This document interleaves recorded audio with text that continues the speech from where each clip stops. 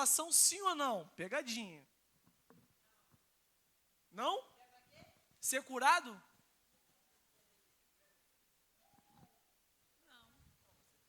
É fé. Ser curado é fé? Mas é a fé igual a fé da salvação? A fé para ser... Não? Não, porque tem aquele exemplo que você deu da... Ai, meu Deus, como é que foi aquele exemplo, gente? Que ele deu... Tinha dois tipos de fé. Ajuda-nos na nossa fé. Eu esqueci o exemplo que ele deu. Ele deu um exemplo muito bom que deu para discernir os dois tipos de fé.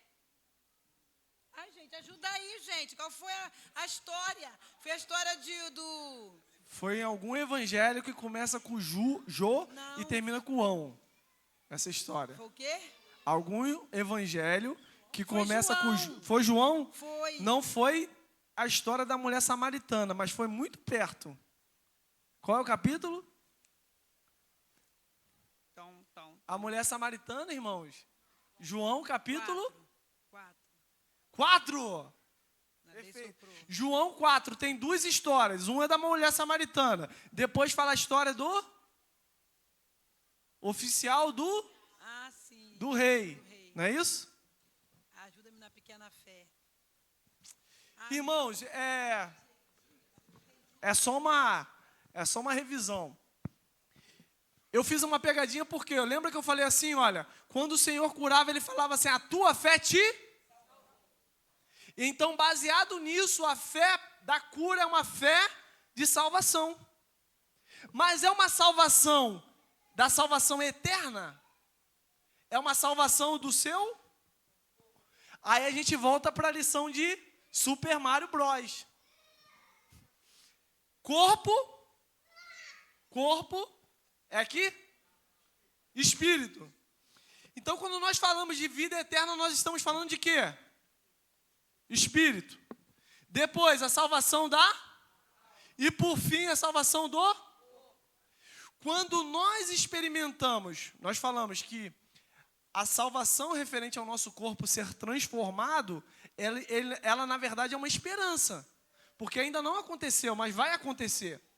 Só que algumas pessoas, elas já experimentam algo do mundo vindouro, algo do reino dos céus, da manifestação do reino.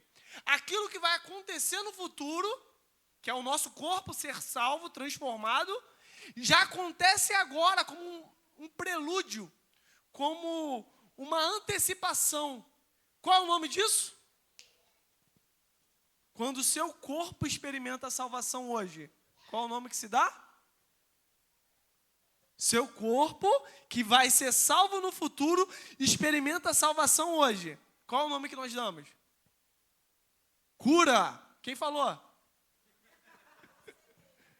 Cura. Quando o nosso corpo é curado, nós estamos sendo salvos. Nós quem? Lembra que nós falamos do exemplo? Ajuda-nos. Aí o Senhor fala assim, se vocês não virem sinais e prodígios, de modo algum crerão. Lembra que nós falamos de diferentes tipos de fé? Não vamos repetir, é só assistir a aula lá. Mas o que, irmãos, que marcou? Rema Logos já falou, né? Rema Logos também foi um ponto muito importante. Quem não consegue falar a diferença entre Rema e Logos? Levanta a mão, senão eu vou perguntar. A Joyce não consegue, mas alguém não consegue? Bruno, não consegue, Mandinho? Não consegue? Eu vou pegar. Todo mundo consegue falar então, além desses três, né? Dona Lídia também não? Então fala aqui, minha irmã, a diferença entre Rema e Logos. Logos é Cristo, a palavra de Deus, e Rema é o Espírito, pneuma, a palavra revelada, a direção, que aquela palavra produz. Tá certo. Acho que você falou do exemplo do bispo Davi, não foi? Aí você usou exatamente o exemplo que ele te deu. Muito bom, por sinal.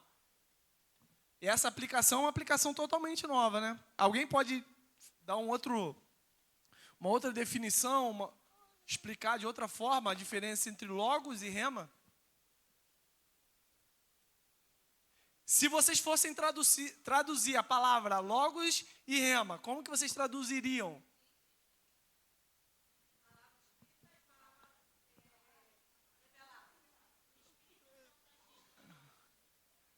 Mas palavra, certo? Logos, tradução, palavra. Rema, tradução, palavra. Qual a diferença? Uma é escrita e a outra falada. Não é isso que a apostila coloca? Nós avançamos muito mais do que isso, irmãos, certo? Amém?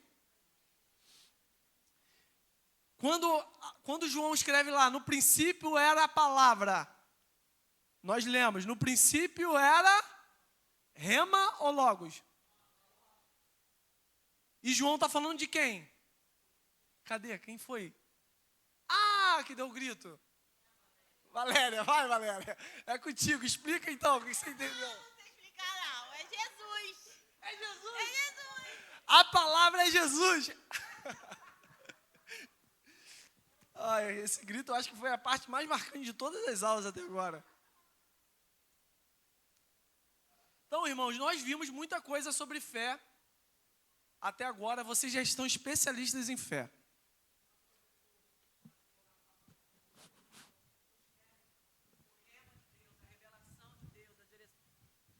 As pessoas querem o rema de Deus, a revelação, a direção, mas não querem o logos.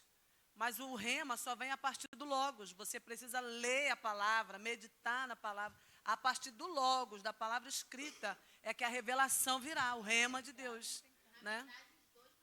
Caminham juntos, é isso aí. Mas a pessoa quer uma revelação. Fala comigo, Senhor, me dá uma direção, Senhor. E a Bíblia está ali, a pessoa não tem coragem de abrir a Bíblia. Mas, então, o rema vem a partir do logos.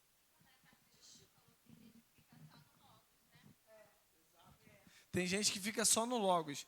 Irmãos, só para finalizar o logos e rema, porque nós avançamos muito sobre isso, eu comparei a obra objetiva de Cristo, tudo que Cristo fez, logos, tudo que está disponível para nós por meio da sua vida e da sua obra, logos. E a aplicação de tudo isso, de quem Ele é e do que Ele fez, em nós, é o rema. Quem faz essa aplicação? Espírito Santo. Então, é para não restar dúvida. Não adianta você ir atrás do logos sem pegar esse logos como rema para você. É a pessoa, vou dar um exemplo aqui da cura, é a pessoa que fala, lembra que nós falamos assim, Deus pode curar? Aí nós lemos, se tu podes, lembra? Aí falamos, Deus pode curar, amém, irmãos? Deus pode curar. Deus quer curar? Deus quer. Aí nós lemos, lembra? Se tu quiseres, tu pode me fazer limpo. Eu quero. Então Deus pode e Deus quer. Você sabe disso. Quando você sabe disso, você já tem um logos. Agora, quando você se apropria disso em seu espírito e toma isso para si, vivendo de acordo, reagindo àquilo, isso é rema. O logo geralmente vem aqui, ó, na sua mente. O rema vem aqui, no seu espírito. Não adianta ficar na mente, senão você vira um crente seminarista. Irmãos, então hoje nós vamos falar sobre alguns pontos aqui da apostila. Vou tentar seguir um pouco a ordem, mas não vou fazer leitura para não cansá-los. Temos que falar aqui sobre três pontos cruciais aqui da página 40 em diante. Página 40 em diante. Os 3 pontos são os seguintes. Memorizem isso aqui, ó. A aula de hoje é sobre isso aqui. 1, nova identidade. Repita. Nova identidade. De novo, nova identidade. O segundo tópico que a gente precisa desenvolver hoje, para finalizar a apostila, dúvida e medo. Repita, dúvida, medo. E por fim nós vamos falar sobre perdão. Repita, perdão. Agora fecha o olho. Nova identidade. Dúvida e medo. Perdão. Agora só vocês. 1, 2, 3. Pronto, é sobre isso que nós vamos falar. Nova identidade. Estamos falando sobre fé e sobre nova identidade. Qual é a relação disso? Alguém consegue identificar a relação? É possível ser uma nova criatura, uma nova pessoa sem fé? Qual é o passaporte que a pastora Fanny falou? O passaporte para a nova vida. Oi? Fé. Então, como que você entra nessa nova vida, na nova criação? Fé. Pela fé. A fé é o seu passaporte, é aquilo que te garante uma nova cidadania. Uma nova cidadania. Sabe quando alguém é brasileiro? De repente ele descobre, nossa, o meu avô era italiano. Então eu tenho direito a uma nova cidadania. Não é assim? Não é assim, irmãos? O meu pai era espanhol. Eu tenho direito a uma nova cidadania. Eu posso ir lá para a Espanha, eu posso ir lá para a Itália. Eu tenho direito, ninguém pode me barrar. Eu tenho acesso. Eu posso votar lá. Isso é uma nova cidadania. O que é o cidadão? É aquele que ele tem direitos e deveres. Ele pode usufruir de tudo que aquela sociedade, aquele determinado estado tem. Isso é o cidadão. Nós somos cidadãos do céu, do reino. E o nosso acesso, a nossa cidadania, ela é garantida pelo quê? Qual é o nosso direito? Pela fé.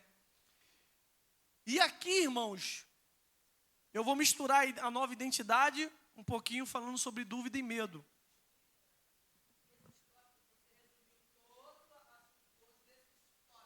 Sim. Vai se perder, irmãos. Não fica procurando, não. Eu peguei tudo, resumi tudo, para ministrar para vocês os pontos importantes. Aquilo que não é importante, vocês vão ler. Em casa você vai ler lá. Os tópicozinhos bonitinhos, desenhadinhos.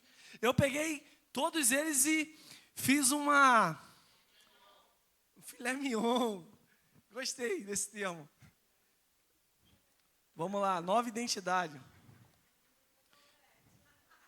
Oi? Eu vou misturar um pouco, para nós relembrarmos. O seminarista ele tem que saber o seguinte, irmãos. Tudo que nós entendemos sobre salvação, na verdade, começa com pecado. Você nunca vai entender a forma como Deus te salva, se você não entender como que o homem caiu. Um dos grandes problemas hoje para as pessoas serem salvas é que elas nem sabem que elas estão caídas. Todos os pecados destituídos estão da glória de Deus. As pessoas não sabem. Elas acham que são amigas de Deus, fazendo o que fazem, o que dá na telha. Elas acham que Deus está querendo só o melhor delas. E Deus vai poupá-las, independentemente da vida que elas levam. Porque elas não sabem a consequência do pecado. Elas não sabem o que aconteceu com o pecado. Elas não sabem o preço do pecado, que é a morte. Se você...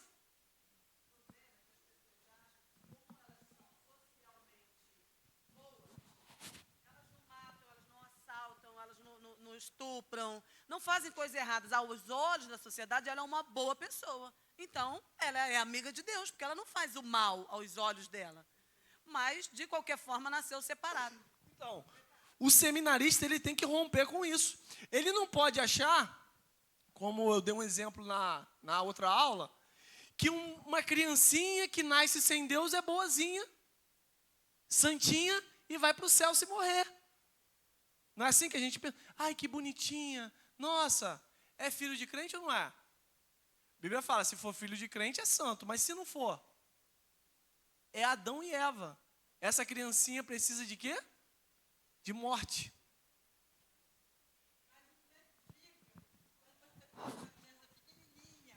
Embora não seja filho de crente, mas vem porque quer ser apresentado na igreja, aí você fala assim, porque como que essa criança vai se arrepender se ela não sabe, ela não tem consciência? E aí? A gente não batiza a criança, porque a criança não tem consciência de pecado, como é que fica? Porque você passa a ideia que a criança vai morrer para o céu. Então, esse é o grande problema. E se Sabe morrer? o quê? Vou explicar. Sabe, esse é um grande problema que nós precisamos romper como seminaristas.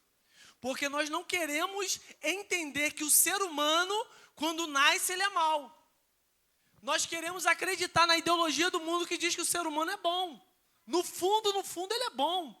Ele aprende o mal. É o ambiente que torna ele mal. Mas Deus diz que não é o ambiente. Deus diz que dentro dele está o mal. Então, se você não olhar para essa criancinha lá e saber que lá dentro tem uma semente do pecado ali, ou seja, eu comparei que Deus fez o homem à sua imagem e semelhança. Quando o pecado entra no homem, o pecado torna o homem imagem e semelhança de Satanás. Quando você vê um homem, uma pessoa, cometer uma atrocidade, algo absurdo, você fala, como que pode? É a natureza dele se manifestando. A sociedade hoje cria regras, direito, meios para tentar controlar essa natureza humana, a natureza humana caída. E é um grande problema, porque precisa do Estado controlando e punindo. Porque dentro da pessoa, se ninguém estiver te vendo, se ninguém estiver te olhando, você vai fazer o quê? Tirar vantagem, se aproveitar. Oi? É o diabo? Não entendi. Vai, formula essa pergunta, senão eu não entendo. Então, é o diabo agindo na vida dela. As pessoas acham que é só endemoniado que é o diabo. Não, irmãos. A pessoa sem Deus é o diabo se manifestando. A pergunta de Genilda é, então se uma criança bebezinha nasce e não é filho de crente, vai para o inferno? Sim. Mas,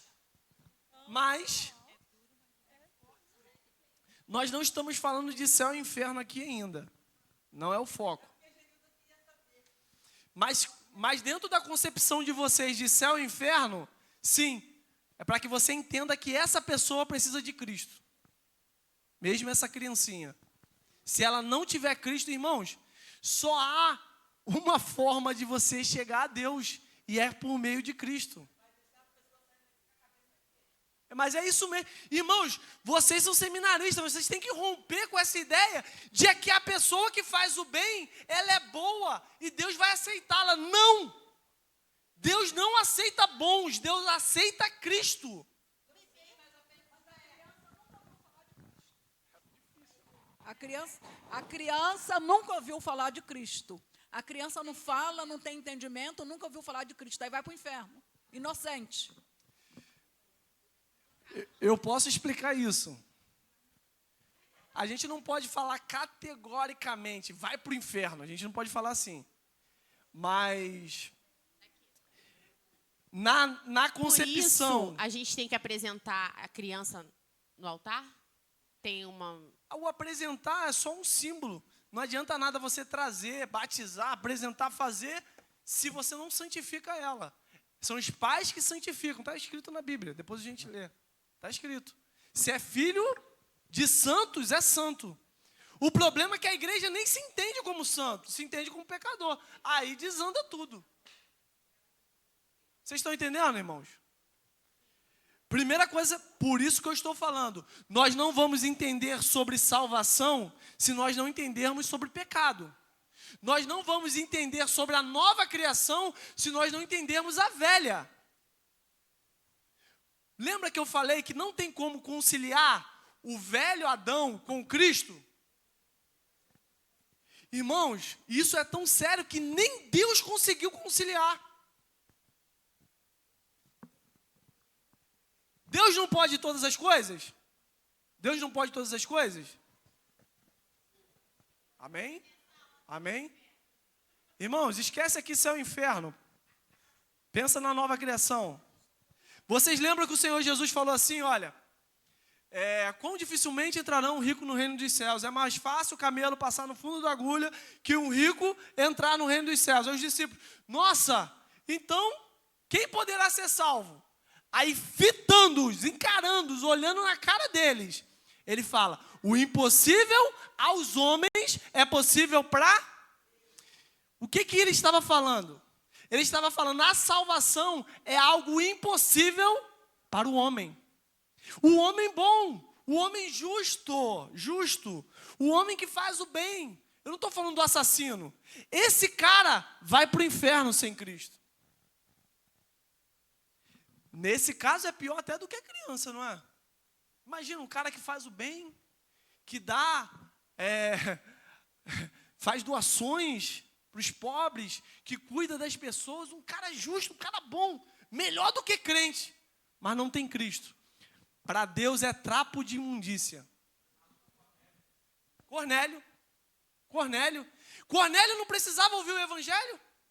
Com todas as esmolas que ele dava, com as orações que ele fazia, Deus não teve que intervir e mandar Pedro para ele ouvir o evangelho?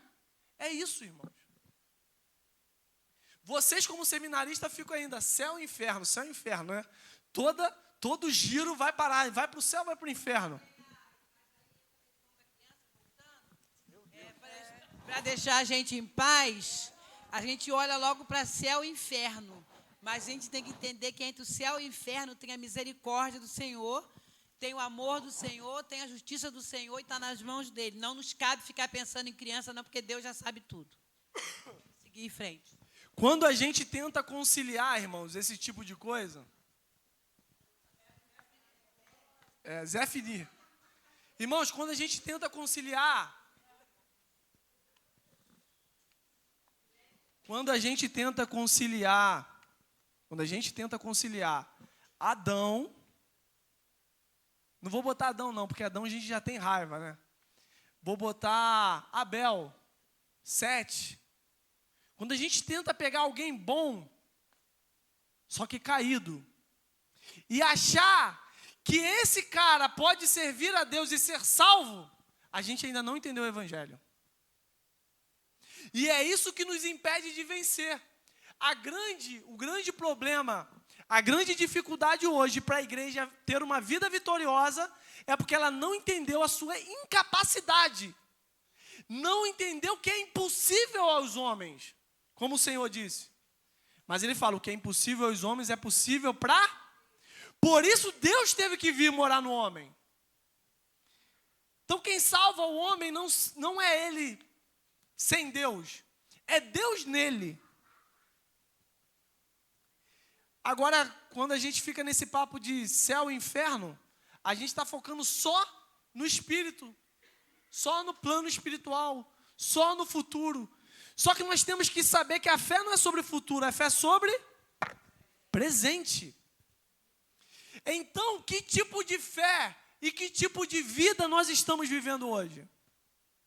Lembra que eu falei que nós não podemos ser seminaristas esperando Cristo voltar? Ah, meu Deus, quando que ele vai voltar? Ah, vamos sentar e vamos esperar, vamos orar. Não, irmãos, existe uma vida para nós vivermos agora, uma vida de vitória. Uma vida de manifestação.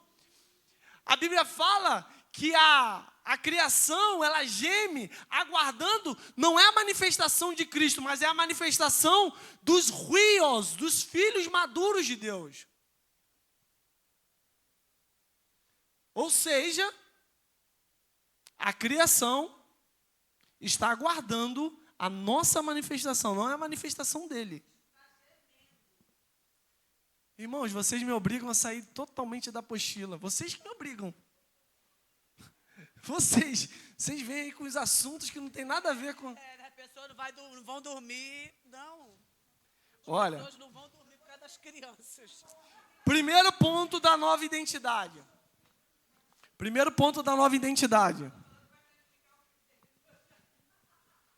É teu filho? É santo. É santo, filho de crente, crentinho é. Vamos ler então? Vocês estão com dúvida? Eu vou ter que procurar aqui. Vamos ter que ler, vamos ter que sair da mensagem agora? É melhor manter o foco. Depois eu explico para vocês isso, tá bom? Senão eu não vou conseguir dar lição. Nova identidade. Primeiro ponto, justiça de Deus. É isso que eu estou falando. Irmãos, se Cristo não precisasse morrer, ele não teria morrido. Ele só morreu porque ele precisava morrer. Só que na nossa mentalidade caída, a gente pensa que não precisava, que tinha um jeitinho. Vocês estão entendendo isso? Porque a gente ainda não entendeu a gravidade do pecado e a consequência do pecado. Por isso a gente não consegue ver a justiça de Deus em Cristo. Isso é muito sério, irmãos. Porque a mesma forma de Deus imputar a justiça de Cristo em nós, foi a forma como ele imputou o pecado de Adão em nós. Vou explicar. Quem estava no jardim com Adão quando ele pecou? Levanta a mão aí. Quem viu? Quem estava? Ninguém? Mas você não nasceu pecador por causa dele? Por causa do erro dele? Por causa do que um homem fez? Uma mulher fez? Um pecado só, irmãos. Aí Paulo pega isso e fala, assim como um só pecado, uma só falha, afastou o homem de Deus, agora um só ato de justiça trouxe o homem de volta. É da mesma forma. Se você não entende que só um ato foi suficiente para afastar o homem de Deus, você não vai conseguir acreditar que só um ato foi suficiente para aproximar o homem de Deus. Isso é entender a justiça de Deus, a forma como ele opera a justiça. Da mesma forma que nós estávamos em Adão quando ele pecou, por isso nós herdamos o pecado. Agora, em Cristo, nós estávamos nele. E quando ele morreu, nós morremos. Aí nós falamos aqui, a justiça de Deus que opera em Cristo é a seguinte: Deus não conseguia salvar Adão e Eva, porque a consequência do pecado, o salário do pecado é a... Então Deus pega Adão e Eva e coloca onde? Nos ombros de Cristo. E Cristo leva Adão e Eva para o lugar que eles tinham que ir. Que lugar é esse? Morte. E morte de cruz. Quando ele morreu, Adão e Eva, nós, toda a criação, morreu junto com ele. Quando ele ressuscitou, nós ressuscitamos com ele. Foi só um ato, irmãos, que ele fez, de morrer e ressuscitar. Está consumado, acabou. Agora nós já morremos e já ressuscitamos. Isso quer dizer que você nunca morrerá, porque você já morreu. Vou repetir. É difícil, irmãos, eu sei, é difícil de entender isso. Por isso que eu fico repetindo. Você nunca vai morrer. Por que você nunca vai morrer? Porque você já... Primeiro você morreu. Depois você ressuscitou. Irmãos, não tem como mais a morte ter domínio sobre nós. Porque nós não estamos no pecado, mas nós estamos em Cristo. Em Cristo nós não morremos, nós não experimentamos morte. É difícil isso, irmãos? Não, né? Isso é muito fácil, né? É muito o quê? Complexo? Não é complexo, é simples. Só fica batendo ali um monte de coisa que a gente já criou.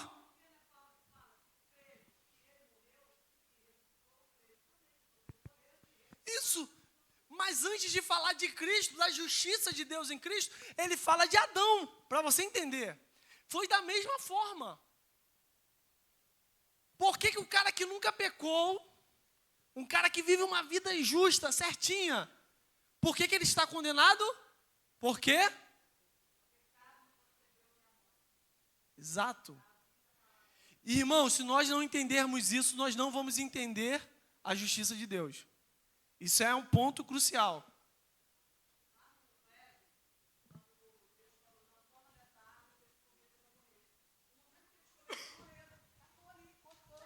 Eu vou falar uma coisa escandalosa, irmãos. Ah, vocês são seminaristas. Mais ainda. Mais. Mais Isso do não é que as escândalo. Mais do que as crianças? Isso é o escândalo da cruz. Isso é o escândalo do evangelho. O evangelho é escandaloso. Irmãos, vou falar uma coisa escandalosa. Eu já vi crente serviu a Deus 10, 20, 30, sei lá quantos anos. Quando vai morrer, será que eu vou para o inferno? Ai, será que eu estou salvo? Será que Deus me perdoou? Vocês estão entendendo? Aonde está a fé? É isso que vocês não podem. Vocês não podem deixar isso acontecer com vocês. Vocês precisam ter convicção de quem vocês são. Vocês precisam ter convicção do que Adão fez e do que Cristo fez. E que nós estamos em Cristo. Isso precisa nos dar paz com Deus. Isso precisa nos dar ousadia diante de Deus. Você não pode pegar o cálice da Santa Ceia e ficar, ai meu Deus, será que eu posso beber? Ai meu Deus, eu pequei, eu fiz isso, deixa eu lembrar, Senhor, se eu sentir que estou perdoado, eu bebo. Mas se eu sentir que acabou o teu sentimento, você não vive pelo que você sente, você vive pelo que você crê. Você toma a ceia porque você sabe quem você é. Para com dúvida, irmão. Vocês ficam me interrompendo, eu perco toda hora o raciocínio. Rapidinho, por favor. Você falou sobre salvação, tem muitas pessoas crentes que você pergunta, você é salvo? Eu estou fazendo de tudo, naquele dia que eu vou saber. Meu irmão, isso é... Me dá um tapa na cara, mas não fala isso, irmão, pra mim, que eu fico... Irmão, é difícil, né? Tô lutando. Tá difícil, mas ó a prova... Como assim, meu irmão? Você está lutando uma luta que ele já lutou. Aí, irmãos, vem um exemplo que eu recebi na última mensagem lá que eu preguei lá em Pebetá. Pedi o Senhor um exemplo para ilustrar. Falei até com o pastor, acho. Não, acho que foi com o Jefferson. Ô, Denis, numa pregação sua, você começou cantando, mas se você rasgar o céu. Aí você perguntou toda a igreja. Metade da igreja ficou com essa dúvida desse crente aí. Irmãos, metade, tem muita gente. Vocês são seminaristas agora, vocês estão tranquilos. Vocês não têm mais dúvida nenhuma sobre salvação. Deve? Com certeza. Eu perdi. Ah, lembrei. E olha só esse exemplo, irmãos, esse exemplo é bom. Cristiano, tu lembra daquele filme Troia? Que começa o filme assim, né? Chama o melhor guerreiro de vocês. Aí tem um gigante assim no filme. Quem já viu o filme? Levanta a mão. Começa com o gigante. Vou ficar aqui que eu sou o gigante. Aí chega o gigante. Aí não, primeiro vem o rei. O rei fala, vamos ter um exército muito grande. Um exército teu, vai morrer muita gente nessa guerra. Chama o seu melhor, que eu chamo o meu melhor. Parecido com aquela história de Davi, lembra? Os filisteus falaram assim, nós vamos mandar o nosso melhor homem e vocês chamem o melhor de vocês. Aí vai Golias, gigante, e vai lá para o arraial e fica, cadê? Não tem homem em Israel, cadê o melhor de vocês? Não tem ninguém. E todo mundo com medo, o cara é gigante. Aí o filme mostra essa luta, mas com outros nomes. Aí tá lá, o gigante, encarando. Aí nesse filme, o rei que tinha o Aquiles do exército dele, o rei ri, tá bom, calma aí. Aquiles! Aquiles está longe. Aí manda chamar Aquiles vem a cavalo, chega Aquiles, aí vem o gigante lutando. Vai, joga a lança, Aquiles desvia. No final, Aquiles, quando chega no gigante, ele vai... Aí dá só um furo assim e vai andando em direção ao exército. Irmãos, eu vejo esses filmes, eu fico vendo coisa espiritual. Tem gente que fica vendo coisa... Eu só fico pensando nas coisas espirituais. Presta atenção. Aí ele fura o cara, aí o cara faz assim, Aí cai, com um golpe de espada, irmãos. Aí ele vai andando com a espada dele em direção ao exército opositor. Aí ele fala, mais alguém? Mais alguém? Todo mundo fala, cara, se ele fez isso com aquele cara, imagina o que ele vai fazer comigo. Essa é a história de Cristo. Deus, ele chamou o melhor guerreiro que ele tinha, Cristo Jesus, para vencer a guerra, irmãos. A guerra de uma vez só, com um homem só. Aí Cristo vem e Satanás chama o melhor que ele tem. Quem era o melhor que ele tinha? A morte. Quando Cristo vence tudo, todas as circunstâncias, ele sai vencedor, Satanás fala, agora só tem uma chance. Morte! Aí vem a morte. Aí Cristo enfrenta a morte com um golpe. Pá! No terceiro dia ele ressuscita. Depois disso, a guerra. Quem luta a guerra? Ninguém mais, irmãos. O rei pega o cetro dele e dá para Aquiles, Cristo. Aí pergunta, qual é o teu nome? Ele fala Aquiles. Eu nunca esquecerei esse nome. Depois assista o filme, é bom. O que eu quero que vocês entendam com essa ilustração, irmãos. Você não precisa lutar uma guerra que Aquiles, Cristo, já venceu. O problema é que o cristão, ele fica sempre na dúvida. Ah, Cristo venceu, mas eu tenho que fazer a minha parte. Eu tenho que dar um... Aí, nisso, você só fica tropeçando, tropeçando, tropeçando. Aí tem um hino assim, ó, que fala, quando a morte, da harpa lá.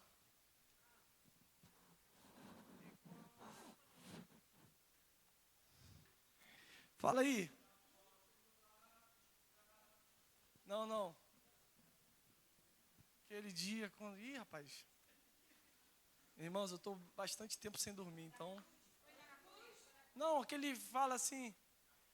Quando chegar a morte, enfrentarei...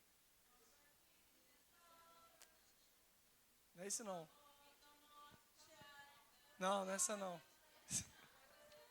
A harpa, né? A harpa é difícil. Irmãos, avançando para a gente conseguir terminar. A nova identidade. Falamos da justiça de Deus. A gente pode ficar para sempre falando da justiça de Deus, porque é muito bom, né? Mas temos que avançar. Oi? Eu já falei, Romanos, né? Ah, não, foi a pregação. Já estou confundindo. Isso, falei, só leu 8 agora. Irmãos, além da nova identidade aqui, né? Aqui. Só para vocês entenderem. Eu estou falando aqui, ó. Tem muitos inimigos da fé. Aí fala que os inimigos da fé é a falta de compreensão sobre o que significa ser uma nova criatura em Cristo, que é o que eu estou tentando desenvolver aqui com pouco tempo. É a falta de entendimento de quem nós somos em Cristo, ponto 2. Ponto 3, é a falta de entendimento do ser justiça de Deus, foi o que nós falamos agora, da justiça de Deus. É a falta de entendimento do uso correto do nome de Jesus, o ponto 4, na página 42. Falta de entendimento do uso correto do nome de Jesus. É aqui eu vou abrir um parênteses. Aquele hino assim, ó. Em Jesus nós temos a vitória. Em Jesus, cada dia. Em Jesus. Tem um outro. Amém. Nova versão. Tem Jesus também. Nova versão aí de... Hã? Não é esse não. Irmãos, bem, resumindo, a gente canta muito em Jesus. Em Jesus. Hã? Não, em Jesus. Eu esqueci, é um hino que eu gosto muito, inclusive.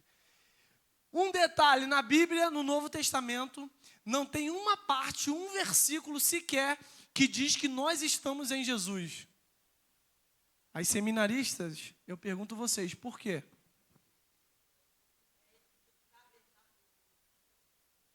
Tabernaculou entre nós. Por que a Bíblia nunca fala que nós estamos em Jesus? E nós cantamos, em Jesus, Nós temos a vitória em Jesus. Vivemos cada dia. Desisto.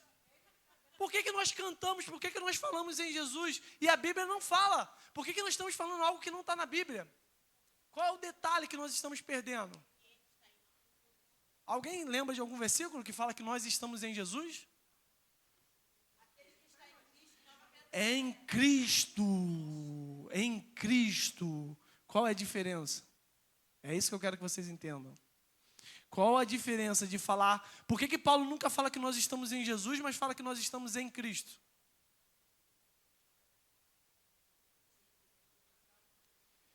Toda vez que vai falar que nós estamos... Vai falar assim, nós estamos em Cristo Jesus. Em Cristo Jesus nós somos mais em Cristo. Nunca fala em Jesus Cristo. Por quê? Porque Cristo, irmãos, Cristo, eu já expliquei isso aqui, Cristo abrange nós. O Senhor Jesus, ele é a cabeça e nós somos o corpo de quê? De Cristo. Então, Cristo é um homem coletivo, composto pela cabeça, o Senhor Jesus, e nós, a igreja. Então, nós estamos em Cristo, nós não estamos na cabeça, Jesus. Está entendendo a diferença, irmãos? Isso é muito importante. Por quê? Porque nós não falamos em... Não, nós não falamos assim, em nome de Cristo. Nós não falamos assim. Em nome de... Por quê? Porque nós estamos pegando a pessoa de Jesus, a obra dele e aplicando em nós. É como se nós estivéssemos pegando a vida da cabeça e aplicando no corpo. E isso é muito importante. Por quê? Porque toda vez que você faz uso do nome de Jesus, quando você faz uso, você está se posicionando como Cristo. Você está se posicionando no corpo, onde é o seu lugar. Isso é muito complexo, é ou não é, irmãos? Não é? Dá uma emboladinha. Eu sei que quando eu estudei isso, eu fiquei meio... Então, anota aí, ó. Quem está anotando, anota aí, ó. Pesquisar a diferença em Cristo e em Jesus. Porque quando nós falamos aqui na apostila sobre o nome de Jesus, e ao nome de Jesus, da pessoa, do homem chamado Jesus, o homem chamado Jesus, é por meio dele, da obra dele, que nós temos acesso a tudo, a toda a nossa riqueza. Se nós não entendermos isso, nós vamos fazer confusão, irmãos. Sabe que tipo de confusão é essa? A partir de hoje, seminarista, quando vocês lerem a Bíblia, prestem atenção nos detalhes. Prestem atenção nos detalhes. Porque tem gente que fala assim, ó, lê a Bíblia, fala de Deus, fala de Cristo, fala de Jesus, e ele embola tudo e lê como se fosse tudo a mesma coisa. Aí você lê lá em Atos, os apóstolos orando. Fala, tu, soberano Senhor, que falaste pela boca do teu servo Davi. Porque esse... Aí eles vão falando, e agora te pedimos que faça milagres, maravilhas, em nome do teu servo Jesus. Mas a gente embola tudo. Eles não embolavam. Já repararam isso? Não?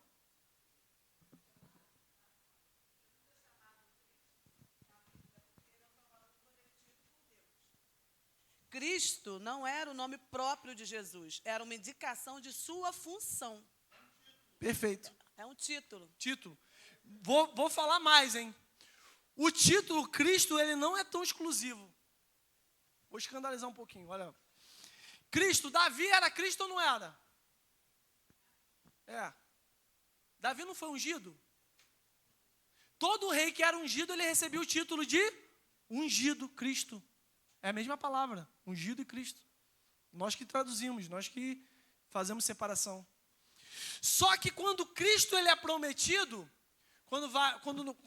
quando se fala de um ungido que vai vir, um rei que vai vir, um ungido de Deus, esse ungido de Deus, que é o Cristo que nós falamos, é o Cristo, esse ungido de Deus que ele foi prometido como rei. Mas hoje nós já sabemos que ele é muito mais do que um rei. Nós precisamos ter essa consciência. Para os judeus, eles viam a promessa de um rei, de um Cristo, de um Messias. Mas ele é muito mais. O que é mais do que ser Cristo? Do que ser ungido, como Davi foi? O que é? Ele deu um nome que está acima de todo nome, para que ao nome de Jesus se dobre todos os joelhos dos que estão no céu, na terra e debaixo da terra, e toda língua confesse que Jesus Cristo é Senhor. Esse é o título dele hoje. O título de Senhor é o título de soberano sobre todas as coisas, soberano sobre toda a criação. Cristo refere-se ao governo terreno. Senhor refere-se a todo governo, nos céus e na terra e debaixo da terra, como o versículo fala. Percebem a diferença? Por isso que todo o Novo Testamento, quando fala do Senhor Jesus, chama ele, pós-ressurreição e ascensão, de Senhor. Porque o Senhor Jesus, quando Paulo chama ele de Senhor Jesus, é disso que Paulo está falando. E quando eles eram martirizados, era, confesse que César é Senhor. Eles, não. Por quê? Nós só temos um Senhor, que é Jesus Cristo. Vocês estão entendendo a diferença? Só que a gente pega Cristo, bota no mesmo saco de Senhor, no mesmo saco de Jesus, no mesmo saco de Deus, embola tudo e não faz diferença de nada. Mas a Bíblia faz. E eu quero que vocês prestem atenção quando vocês estiverem lendo. Para vocês terem essa noção. Eu estou lendo aqui sobre Cristo. Aqui eu estou lendo sobre Jesus. Aqui eu estou lendo sobre o Senhor. Tudo é uma referência diferente. Amém? É difícil isso, irmãos. Eu olho para a cara de vocês e falo assim, isso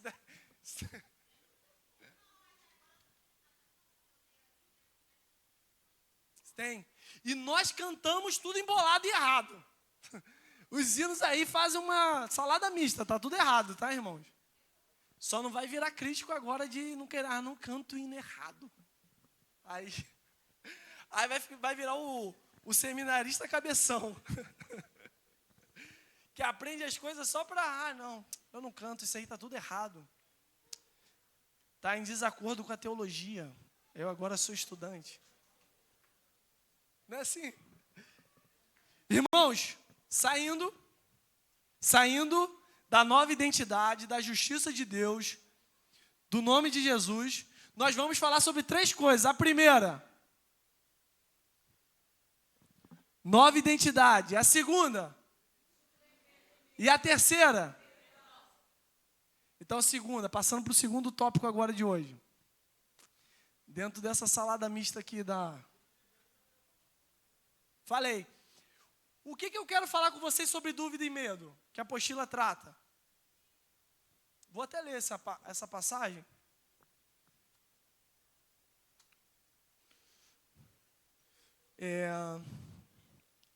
Mateus 14, 28. Está na página 44, lá em cima. Vou ler aqui para ficar mais rápido. Mateus 14, 28 ao 31. A dúvida e o medo andam juntos e roubam a nossa fé. Respondendo-lhe Pedro, disse: Se és tu, Senhor, manda-me ir ter contigo por sobre as águas. E ele disse: Vem. E Pedro, descendo do barco, andou por sobre as águas e foi ter com Jesus. Reparando, porém, na força do vento, teve medo. E começando a submergir, gritou: Salva-me, Senhor! E prontamente Jesus, estendendo a mão, tomou e lhe disse: Homem de pequena fé, por que duvidaste? Observamos assim que Pedro atentou para a força do vento e temeu, gerando dúvida. O medo e a dúvida são irmãos gêmeos e roubam a fé. Irmãos, onde surgiu o medo e a dúvida? No Éden. Quando? Após o pecado. O homem sabia o que era ter medo e o que era ter dúvida antes do pecado? Então, o medo e a dúvida são galhos de uma árvore chamada pecado. Então, quando o pecado ele começa a crescer e brotar, aparecem galhos, aparecem frutas. Que fruto? Medo e dúvida. Os filhos do pecado são irmãos gêmeos, medo e dúvida. Quando você está com medo, como minha filha diz, o medo é a fé do reino das trevas. Quando você está com medo, quando você está com dúvida, você está deixando brotar em você um Adãozinho miserável que já morreu. Uma Evazinha que já morreu.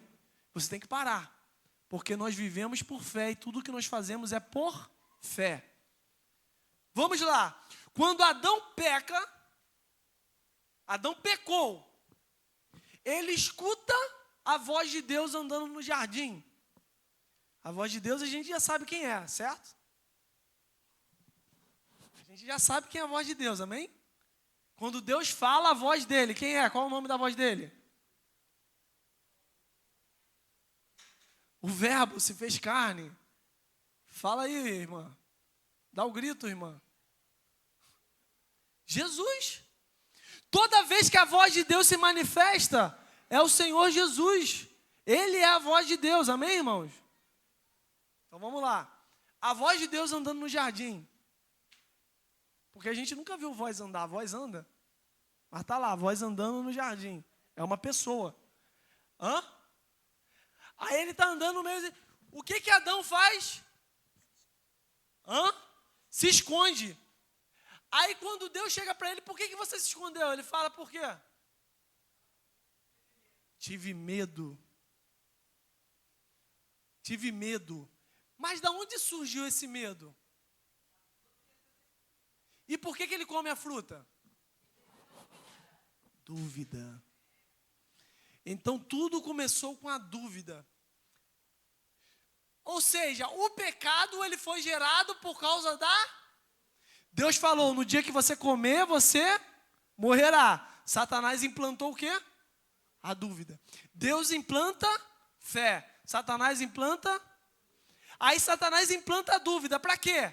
Para gerar pecado, medo, terror, afastar o homem de Deus.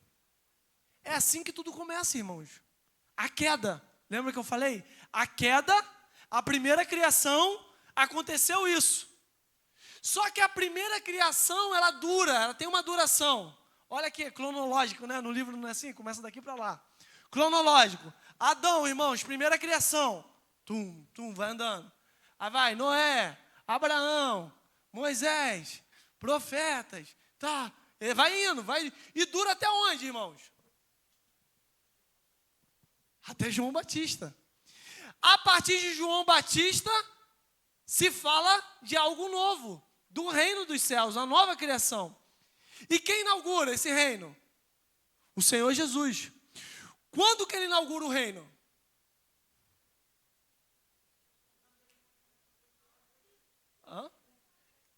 Quando ele ressuscitou.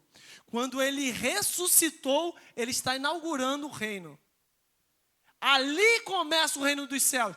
Antes, quando ele estava no ministério pregando, ele está próximo. Vai vir, vai acontecer. Mas quando que acontece? Quando ele ressuscita. A partir de então, inaugura-se o reino. Isso quer dizer que a velha criação ficou. Agora, a partir dele, nós estamos na nova criação. Se a velha criação começa com dúvida, começa com medo, a nova criação começa com o quê, irmãos? Fé. Então, o passaporte do homem, para o homem entrar na criação caída, foi a dúvida. Mas para ele entrar na nova criação, o passaporte é a fé.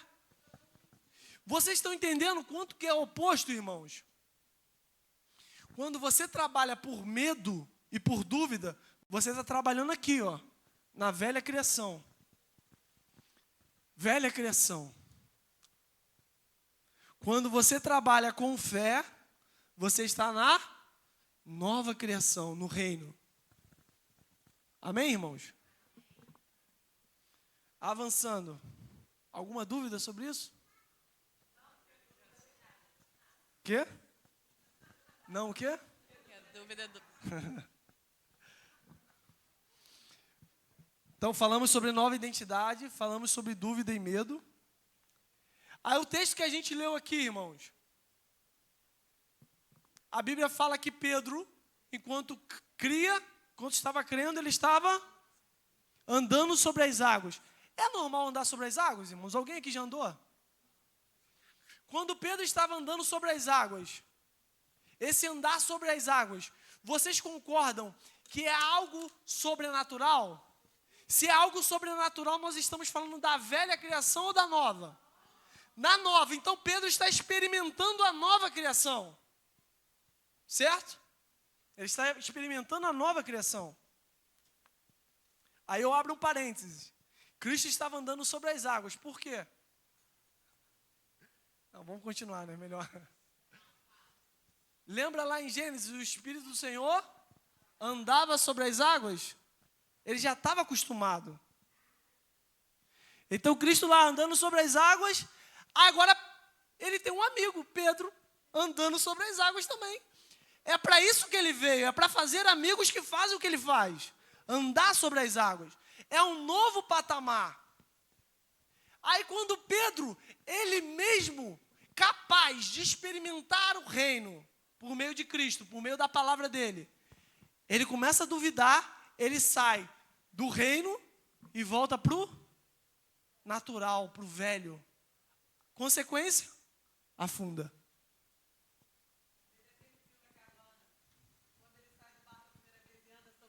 Fica todo assim, né?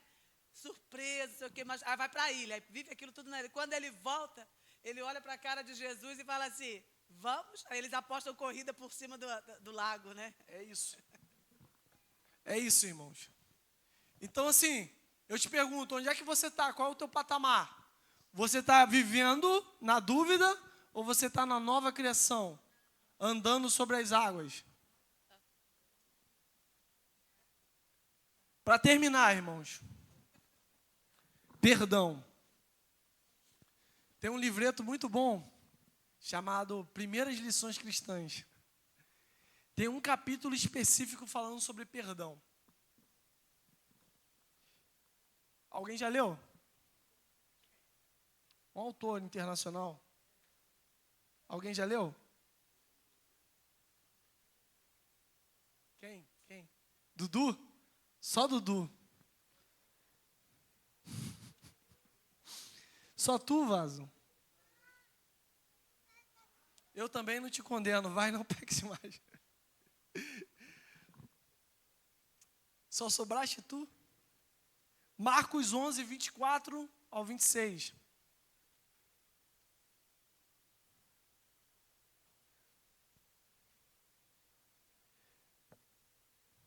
Página 45, Marcos 11, do 24 ao 26. Por isso vos digo que tudo quanto em oração pedirdes, crede que recebestes, e será assim convosco. E quando estiverdes orando, se tendes alguma coisa contra alguém, perdoai, para que vosso Pai Celestial vos perdoe as vossas ofensas. Mas se não perdoardes também, vosso Pai Celestial não vos perdoará as vossas ofensas. Irmãos, existe uma regra no mundo espiritual que o Senhor Jesus disse. Só recebe perdão de Deus quem não perdoa, não recebe perdão. Então, o requisito para você ter fé é você perdoar. Mas qual é a relação entre fé e perdão? Por que eu preciso perdoar para ter fé?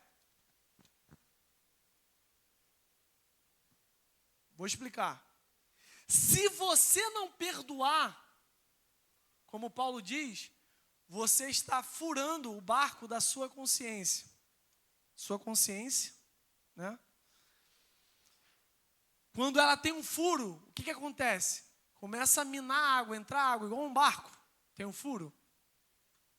Então, por mais que seja algo pequeno, que você não perdoar, você sabe, você não perdoar, quando você for chegar diante de Deus, Senhor, eu te peço que o Senhor, aí o alerta, vai vir um alerta. O que é isso? Está piscando aqui, eu não estou conseguindo me concentrar. Fulano que eu não perdoei. Senhor, mas o Senhor sabe. Não dá para perdoar. O que ele fez foi demais. Não. Aí você começa a razoar, querer brigar com Deus. Como se você conseguisse. Ao invés de perdoar. Quando você faz isso, e você defende diante de Deus, porque isso é uma defesa. Você faz uma defesa sobre a impossibilidade de perdoar aquela pessoa. Porque aquela pessoa fez algo muito terrível. E a atitude dela não é coerente, não é assim? E você fica ali defendendo, não posso perdoar, não posso perdoar. Essa pessoa sabe quem é para Deus? Você. É igual a história de Natã e Davi.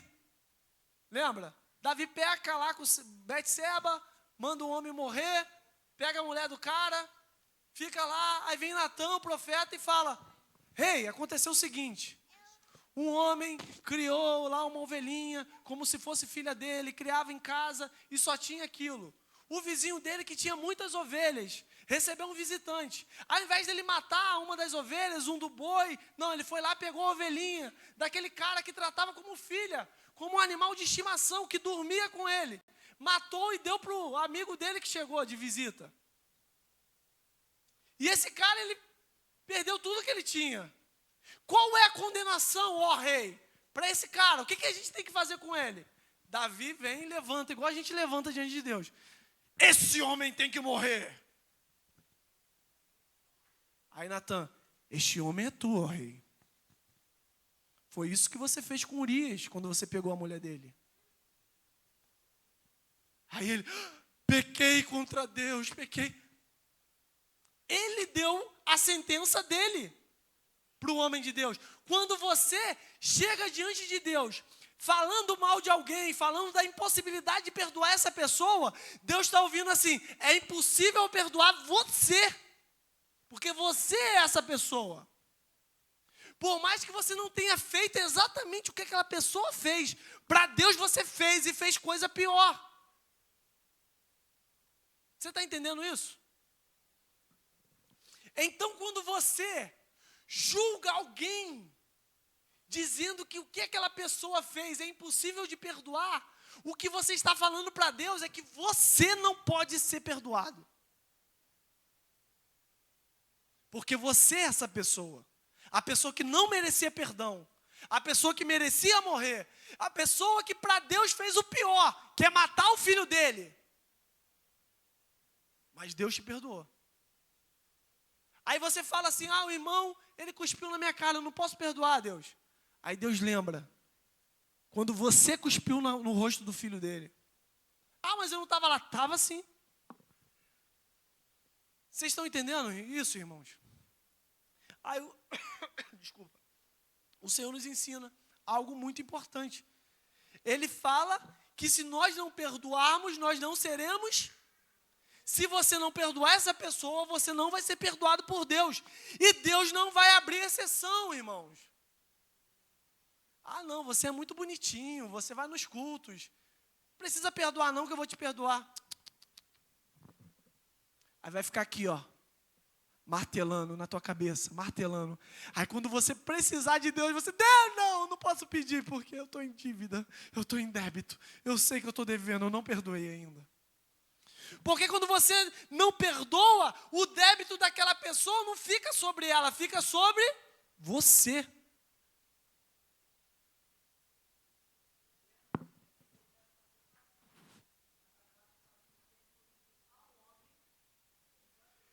Eu não consigo perdoar. Que bom que você entendeu. Primeiro passo. Você já sabe, não dá, né? Amém. Agora, segundo passo. O que é impossível para o homem é possível para... Fala aí, tia Genilda primeiro. Está perguntando quando a gente perdoa a pessoa, a gente perdoa, mas aí não quero mais ter convívio com ela, de estar sentada. Eu vou chegar, o segundo tópico, vou chegar nesse daí. Eu estou explorando bastante a necessidade de perdão. Daqui a pouco eu vou falar sobre esse tópico aí. Vai, Ana Deise, fala.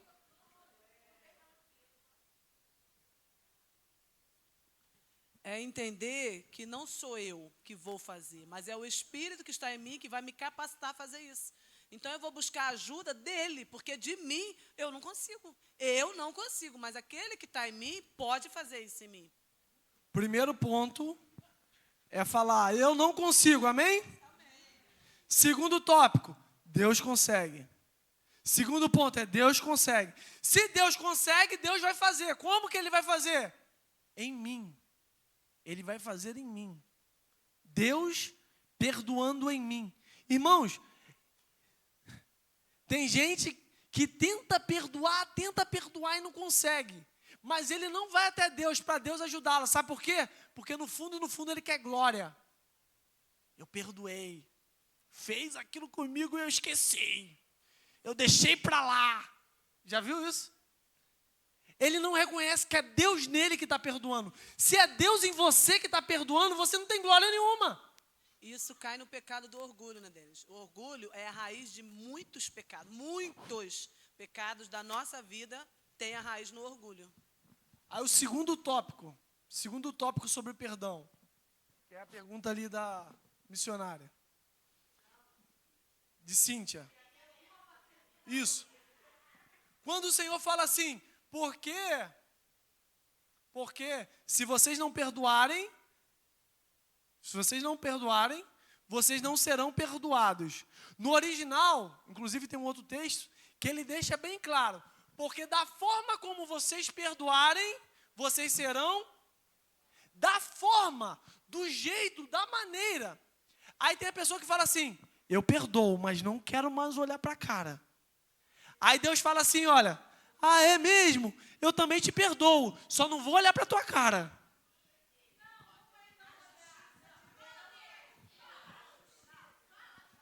Do jeitinho que você perdoa, ó Deus aqui falando para você, do jeitinho que você perdoa, eu vou te perdoar. Do mesmo jeitinho, sabe que você perdoa, mas, você lá, eu aqui. Deus também, tá perdoado, tá? É do jeito, é igual. Deu ruim? Tá terminando já, vaso. Tá terminando.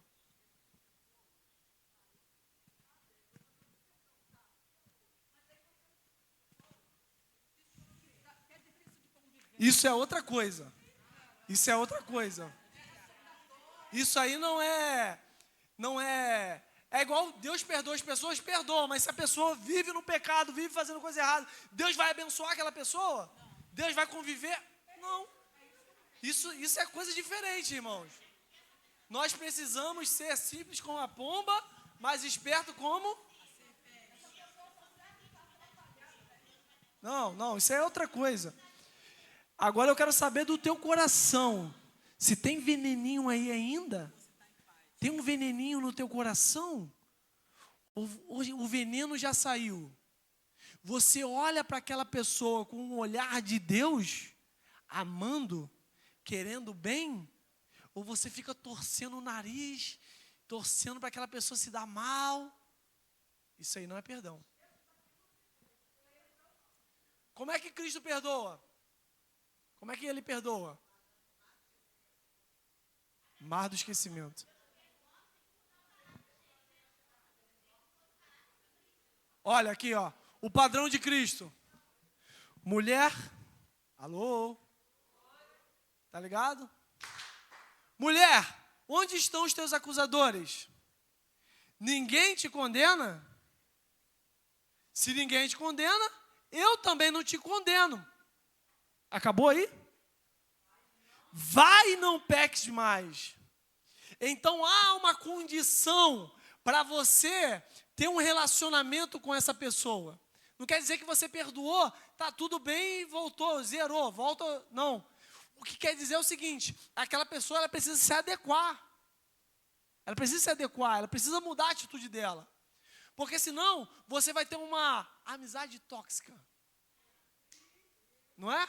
É uma amizade tóxica. É a amizade daquela pessoa que está no teu pé te puxando para o buraco. Ela não quer subir, mas ela só está no teu pé te puxando para o buraco. Entendeu? Aí você faz assim, ó, balança assim, dá aquela balançada e segue. Amém, irmãos? Não é disso que nós estamos falando. Mas se tiver um veneninho no coração...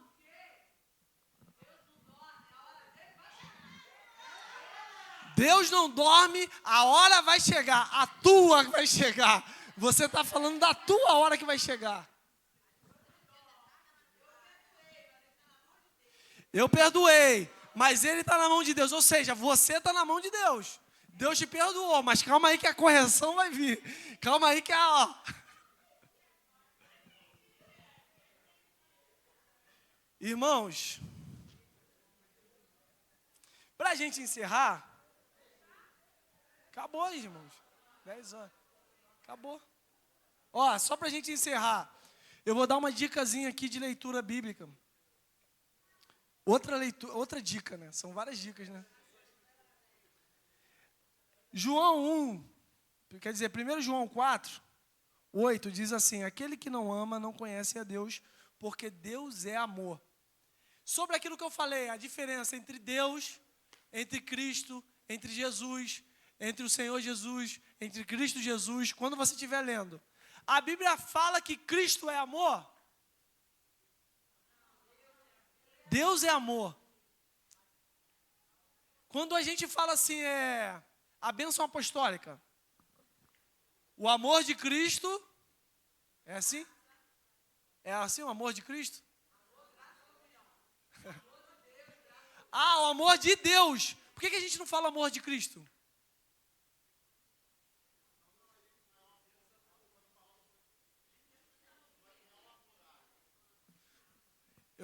Eu tô provocando vocês para vocês entenderem o que eu vou falar aqui. Olha, o apóstolo João, ele fala que Deus é amor. Também fala que Deus é luz. Só que tudo que Deus é, há uma forma de se manifestar. É como se fosse, vou dar um exemplo de informática, né? Criptografia, não vou falar disso. Tudo que Deus é, irmãos, tudo que Ele é, que é muita coisa, e a gente não consegue nem conceber. Deus é amor, Deus é luz, Deus é um monte de coisa. Mas quando chega para nós isso, o Logos, quando chega para nós, o Rema, né, quando a gente experimenta o amor de Deus, como é que a gente experimenta o amor de Deus? Que é graça.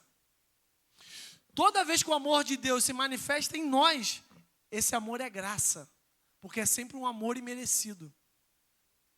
A natureza de Deus, que é amor, manifesta em Cristo, é graça. Deus, que é luz, quando Ele se manifesta em Cristo, Deus, luz. Paulo fala assim, luz inacessível, luz que não dá para nem ver. Aí Ele se manifesta em Cristo, a luz do mundo. Que luz é essa? A verdade. Então, tudo que Deus é, Ele tem uma expressão, uma forma de se manifestar a nós, que é por meio de Cristo Jesus. Por isso que Ele fala lá, Filipe, tanto tempo estou convosco, quem vê a mim vê o Pai. Como dizes tu, mostra-nos o Pai. Então, você tem que ficar atento sobre isso. Sobre o quê? Identificar o que Deus é e identificar o que Cristo é. Porque o que Cristo é, se manifesta em mim. Tudo que Cristo é, Ele é para que Ele manifeste o que Ele é em você. Então só tem um jeito de Deus manifestar a graça dEle. A graça que está em Cristo Jesus é você sendo gracioso. Só tem um jeito de Deus manifestar o amor que Ele é você sendo amoroso. Oi? Ele quer. E Ele pode. Só que Deus não consegue se manifestar se você não deixar. É o princípio da humanidade, da humanização. da encarnação. Tudo que Deus faz, Ele faz por meio de Cristo em nós. Amém? Isso é uma chave para vocês interpretarem aí quando vocês estiverem lendo o Novo Testamento. Com isso em mente, irmãos, isso são igual princípios hermenêuticos, né? Você bota ali sempre com isso em mente, quando você estiver lendo a palavra, você conseguir entender o que está sendo dito. Amém? Ficou menos confuso hoje? Né? Ficou mais? Abri várias janelas.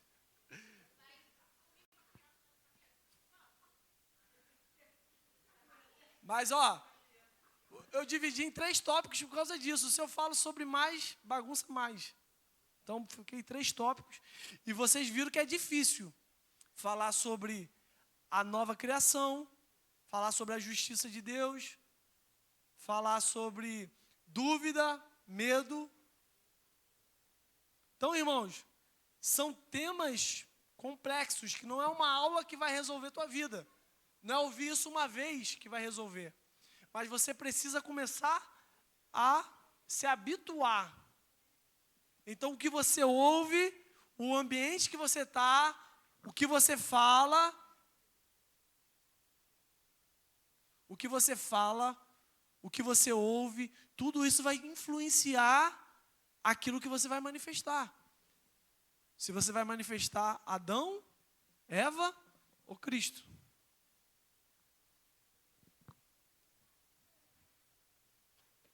Amém, irmãos? Eu acho que essa lição foi muito boa. Fundamentos da fé. Gostei da prova? Todo mundo passou?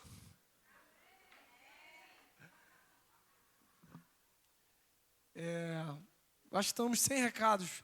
Vamos distribuir aí as apostilas. Próximo culto, né, Príncipe?